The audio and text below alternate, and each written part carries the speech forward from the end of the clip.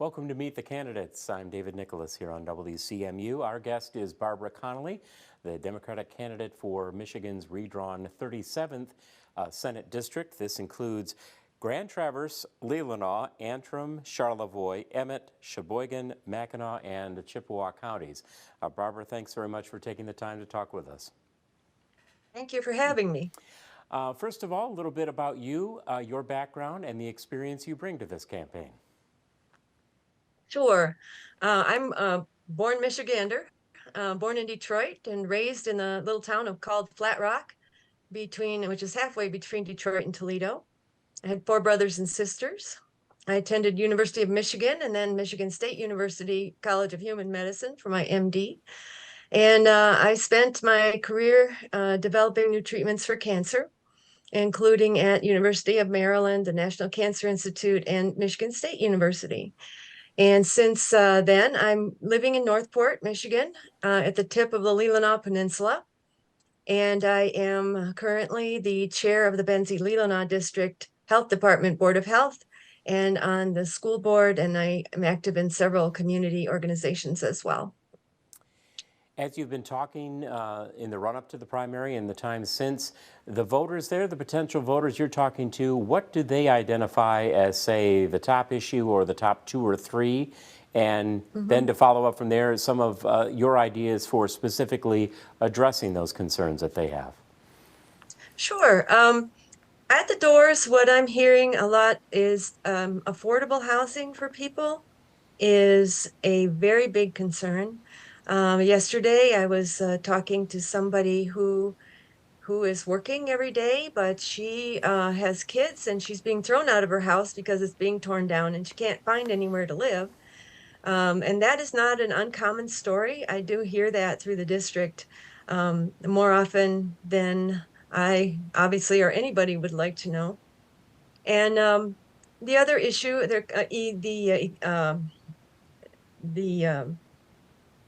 clean energy as well as clean environment is a big issue at the doors.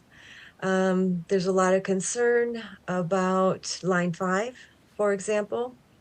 And, you hear a little bit also about the economy. Some people are really suffering from the economy being at such high prices in this area. And there's a lot of issues. We need some more year-round jobs, good paying jobs year-round. So I think the state can help with this. The state can provide additional help for housing. We need also to recruit the workers to make the housing, to build the housing. All the workers left in the last recession, quite a few of them did, they didn't have any work to do. So they went to areas where there was work. And now their careers are kind of over and we need to recruit those workers again. I am highly in favor of the trades education that's going now, high school in through community college. I think we can lean into that a little bit for people who can make a good living in the trades and want to do that. For the clean energy, I do think it's high time for Michigan to have a septic ordinance and a septic law, because Michigan is pretty much the only state that doesn't have one, but it has a lot of septic systems. And with my health department work, up to 20% of them are either failing or not in the right place, that kind of thing. So keeping our lakes and our waters, including our underground water, clean is a very important situation. Are the voters aware? Excuse me. Are the voters aware that we do not have a septic ordinance or control over that? Is that something that they're also? I mean, you say it's high time that we had one, but are they telling you that that's something that they're aware of, that there is no regulation there, and that would be a concern? Well, they don't tell me that off the bat. If I mention it, they say, yes, that's a concern. So yeah, that is an issue. And of course, Line 5 is right now in the international field, but it is 20 years past the time when the pipeline was built to last. And people are a little nervous about that because up here we're heavily dependent on tourism, heavily dependent on recreation. And if there's a spill there, that will pretty much take care of that in the northern Michigan areas. So that is a big issue.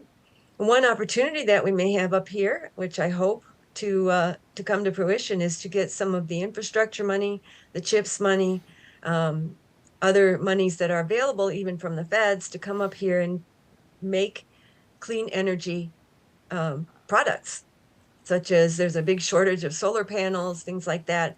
I'm talking to various areas to see whether those communities can be ready to shift into making the clean energy products that are needed in our area. That would also be then probably similar to the question or the point you made regarding the affordable housing is that lack of workforce. Is that a concern, and how might the area and you hoping to represent that area deal with the workers, the workforce shortage to move into an investment to produce clean energy products? How would that cycle kind of go step by step in your view? Yeah, it's going to have to go step by step because that lack of housing affects the ability to recruit workers all the way up to physicians. You know, even people who would be expected to make above the median income are not coming here because they can't find an affordable place to live. So we need to do this in tandem, and we need to do this without delay to go ahead and build housing, make it possible for communities to join that. One thing about the people of Northern Michigan, they are very resourceful, and they have already started in communities trying to figure out ways how they can build additional so-called workforce housing, but attainable housing for somebody who's making median wage or a little bit below or a little bit above. And so I think that we can incentivize those areas to build even more housing. But we do need the workers. We probably will need to get them from elsewhere, either other states. Other states got them from us back in the day. Now we need to get them back up here to build the housing that we need, because we're short of housing. It's an issue that we haven't kept up with the housing needs that we should have, and we need to catch up now. Is there a question at all, and I'm posing this, I'm not stating it as fact, but in the availability of land in the area? So much is devoted, as so many of our viewers would know, and certainly you living there, because of the attraction of the area, that Lake Michigan coastline, the preservation of natural areas to enjoy that way.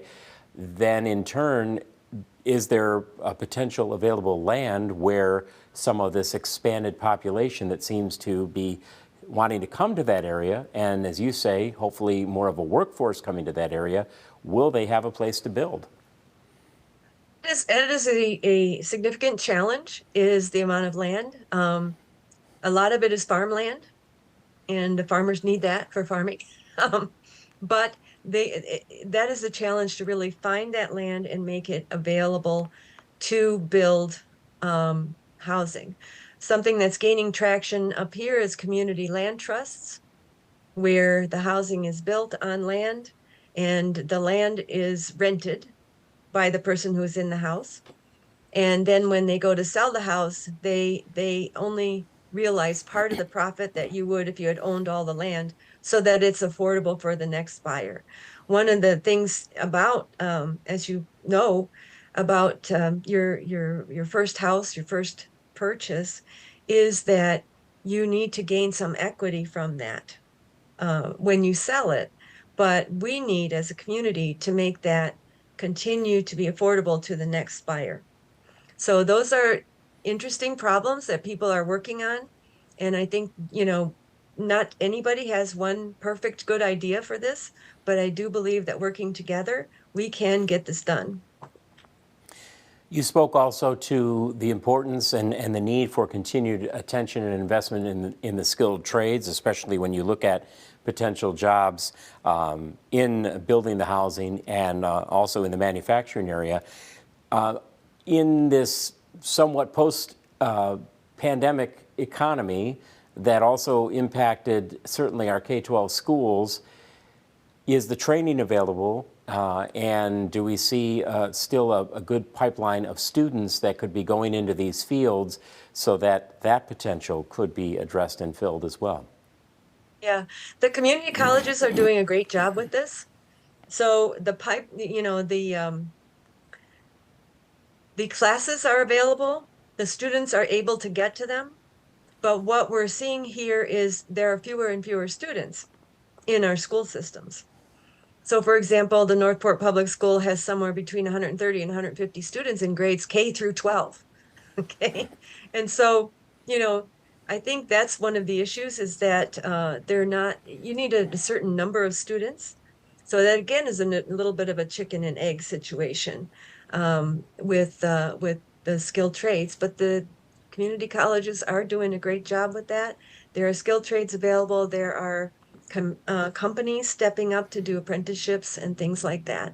And one can make a very good living doing the trades. And if that's something you love to do, you should do it. I've had some constituents say that shop should be back in every school because a lot of schools, they cut that. And I don't disagree with that. Shop, and they even said home ec should be in every school. And I know my youngest brother actually took home ec when he was in school.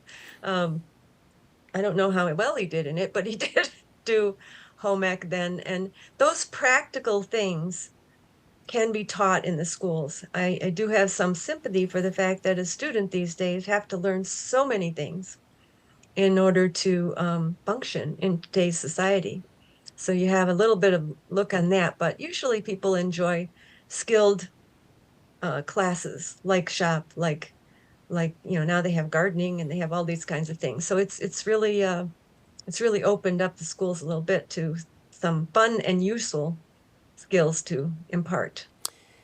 In noting then these issues that you have a belief in and that particularly the voters have been pointing out to you, if you were to then bring all this down to one message that you want to leave with those voters you hope to represent as they get set to go to the polls, what would that last message be in our last 30 seconds?